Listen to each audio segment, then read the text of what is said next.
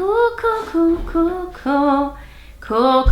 What's up everyone? Welcome back to the channel. So today we're going to be doing, well actually it's not just going to be today, this is going to be the course of like 7 videos. I am going to go into analyzing argument in a lot of detail because this time around I will be looking at 3 articles. So now you can understand why it's going to be over the course of many videos over April and May. So I know a lot of you are preparing to do your SAC, which often has 3 types of articles or 3 articles and images. I've got my iPad here. I will be annotating it and I'll pop it in the screen for you guys so that you can see as I go. If you haven't watched any of my previous analyzing argument videos, then I'll link a playlist for you down below and up above, so you can feel free to watch those. But they've all been VCAA exam ones quite a while back, whereas this time around we're going to be focusing on a more recent one, and this is the 2016 exam. So in this one there were 3 parts to the analyzing argument. 2 were articles and 1 was a cartoon, which I think will be really interesting for us to go through. Before we dive in, I wanted to say a massive shout out and thank you to one of my amazing tutors, Sarah. So Sarah has offered up one of her essays based on this analyzing argument, and so I've based a lot of my annotations and my comments around her essay, and you'll see her essay in later videos. So thank you, Sarah, once again, and yeah, let's get into it. So to start off in this video, we'll be analyzing article 1. I will link the VCAA exam for you in the description box just down below. Make sure you go ahead, print that out, try to analyze it yourself first, and then come back to this video so that you can see what my annotations are. Don't forget that you and I may have different annotations, and that is completely okay. I think at the very end of the day, as long as we can collaborate and we can learn from each other, that's what's going to be best. So from the get-go, we can see that this particular article has been written by a mayor. So obviously with a mayor, credentials. As a mayor, she's an essential voice in the community, a leader. So she's somebody that we look up to, and therefore the information that she's going to be telling us, we will absorb with definitely an air of consideration and respect. She also starts off with fellow residents. So with this, I would say that it's inclusive language. It's there to immediately establish common ground. It makes her relatable because she is one of us. So whatever she's got to say is probably something that we can understand. Since the highway was diverted to bypass our town, we've all enjoyed the resultant peace. How often have we thought how pleasant it is to be able to cross the street for a chat with a friend without taking our lives in our hands? That's really dramatic. How many of us have been glad to leave our windows open without fear of dust from the road invading our rooms? But there's a downside to this. We risk becoming backwater on the way to being a ghost town if this peace is all we have. So it's interesting how she actually sets up her argument. She doesn't just jump into the downsides of not having the highway straight away and therefore her solution. She talks about the resultant peace and the benefits that have come about as a result of the diverted highway. So I think in a sense, readers who begin reading this article, and the readers are the people of the town who this article is targeted towards, they will think to themselves, yes, this is exactly what's happened. It feels so good. And she almost sets it up in a way just to drag them down. She kind of puts everyone high up and makes us feel good about ourselves. And then she'll be like, bam, but no, that's not actually how it is. And now you got to face reality. So I think that's an interesting way of opening up her article. And she immediately contrasts this or juxtaposes it with the downsides. So by saying we risk becoming backwater, she's raising concern over the fact that the town could become obsolete. And I'm just going to put before that she sets up her argument here. And going back to the obsolete, By saying that we risk becoming backwater, there's now a sense of fear and urgency within the readers to do something about this situation before it gets even worse. If this piece is all we have, so it's interesting again, so before she set up her argument right up here, and she talked about how that piece was great, but now she's saying this piece is all we have, it's not enough. And she's urging the audience here to reconsider the benefits versus the costs. Yes, you have got your piece, you can go visit your friend, but after a while, you're not even going to have a community after this. Of course, we no longer want huge trucks thundering down the main street, but we do want cars full of people who will eat at our beautiful bakery, socialize at our historic pub, buy our handcrafts and used books, even stay at our comfortable motel. So I like this. I like this because she's using positive connotations here. She said their beautiful bakery, their historic pub, handcrafts, comfortable motel. So all of these words definitely project a positive light upon the community and talks about how the attractions that they have built should be a sense of achievement for the community. She's trying to appeal to their pride so that the local members of the community will say to themselves, yes, we do want people to come to see everything that we've achieved and our beautiful city. We want tourists, and to be blunt, we need their money. So again, this comes back to the argument structure. With this, she doesn't just open up her article and says, we need money, this is why, and this is how we need to do it.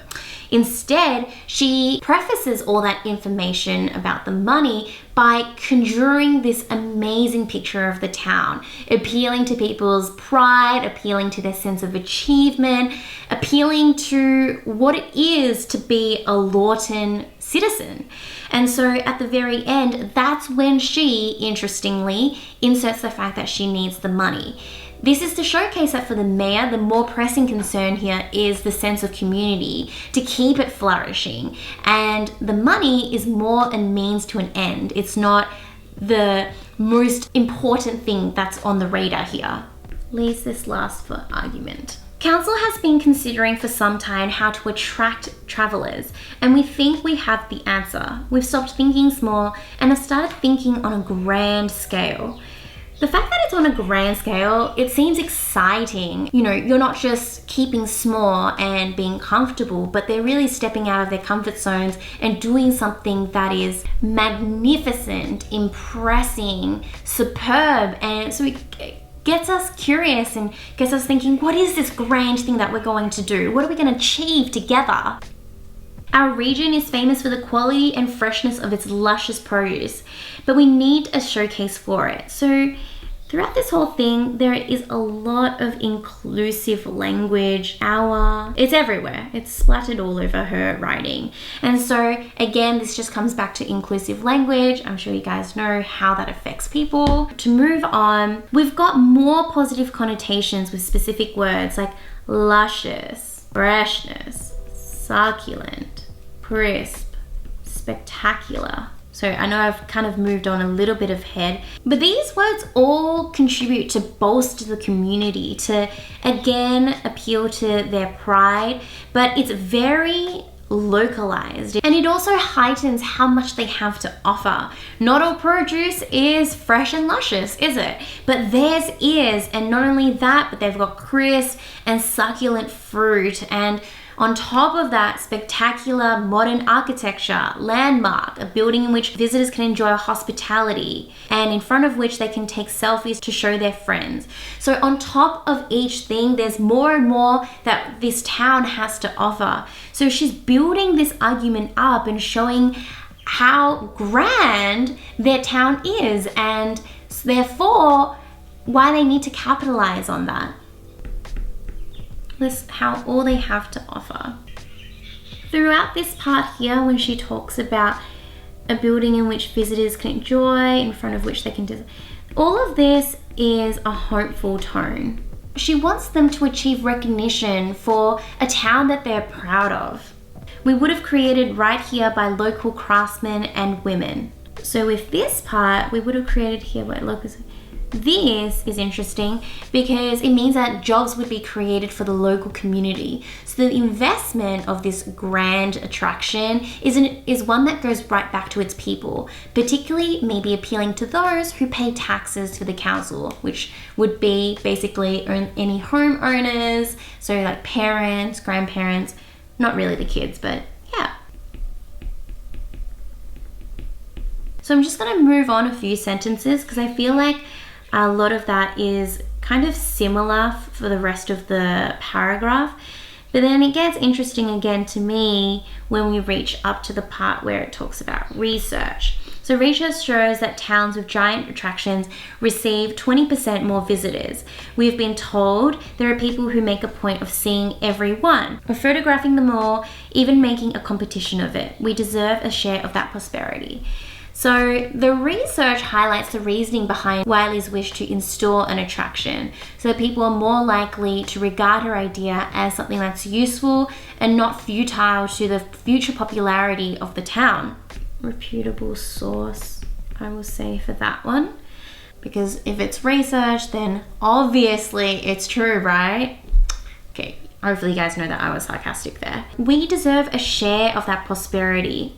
So it's almost like the word deserve is really great because she's almost saying that if they don't share in this prosperity, it's almost like you're cheating the community out of its rightful place. Therefore, we kind of think to ourselves, if we're the residents, what? No, like we want a piece of this. We deserve it.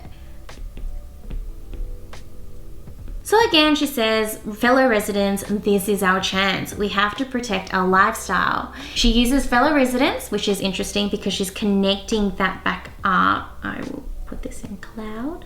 She's linking up her arguments again and reminding us that she is one of us, so that, I don't know, maybe if anybody who didn't like the idea of this attraction, she's reminding you that she is one of you and that she is in your position. So therefore, to place your trust in her. This is our chance. Again, more inclusive language. We have to protect our lifestyle. So I think the great word here is protect. This evokes how if the society doesn't act as one unit, then we and the well-being of Lawton will consequently change and disappear altogether. I think again, she kind of goes on about distinguishing Lawton as a town compared to other towns. She doesn't like compare directly, but she's saying, you know, in our unpolluted town, our rural, there's again a very strong sense of community, but one that is superior in many ways. We must preserve our caring community where neighbours know and look out for one another. We want to welcome newcomers and offer them a chance to prosper among us. So here, by saying that she wants prosper among us, Wiley suggests that in order to attain a more hospitable society in which all people can thrive, it's imperative to attract the interests of those outside of the community. And so she places emphasis on that because she wants people to understand that they almost can't survive on their own. They need others out there. We want our farmers to have buyers for their produce, our young people to have jobs, our hospital and nursing home to be viable. She doesn't just speak out to the community as a whole, but she refers to specific groups of people in order to portray how every single member of the community is going to benefit from this and how everyone is involved in making this community a better place. So farmers, young people, hospital, nursing home, everyone is affected. We need to be on the tourist map and your council feels that this is the way to achieve it. I like this because by saying your council, it's almost like you own it. So she is putting you in a position where you are in control. And I like that because everyone likes to be in control, right? So it makes you feel good about yourself and therefore you may be more likely to agree with her. Please support this exciting idea for making Lawton a truly great town. More positive connotations, exciting idea, truly great town. And then she signs off. So I guess I'll leave it there. I think that's a really good place for you just to start off. There's a lot there for you. If there's anything else that you have discovered and that you'd like to share down below, please do. Just leave it in the comments and I'll make sure that I reply to every single person who's left an analysis and let you know what I think about it. And next week we are going to cover part 2, which will be the second article and also the cartoon as well. So it'll be analyzing in the same way. As always, if you've enjoyed this video, don't worry about a thumbs up. You can if you want to. But I think more importantly is I can continue supporting you every single week if you sign up to my mailing list, which is just down in the description box below. It's completely free for you to sign up. But every single week I'll send out new information that I think will be beneficial for your studies. Whether it's the latest blog posts or videos that I've come out with, whether it's new information from VCAA that could potentially be really important for you, whether it's new materials that we've produced that I believe will support you. It's all about support for you guys, and that's why I do this channel. So thanks so much for being here, and I'll see you guys next week. Bye.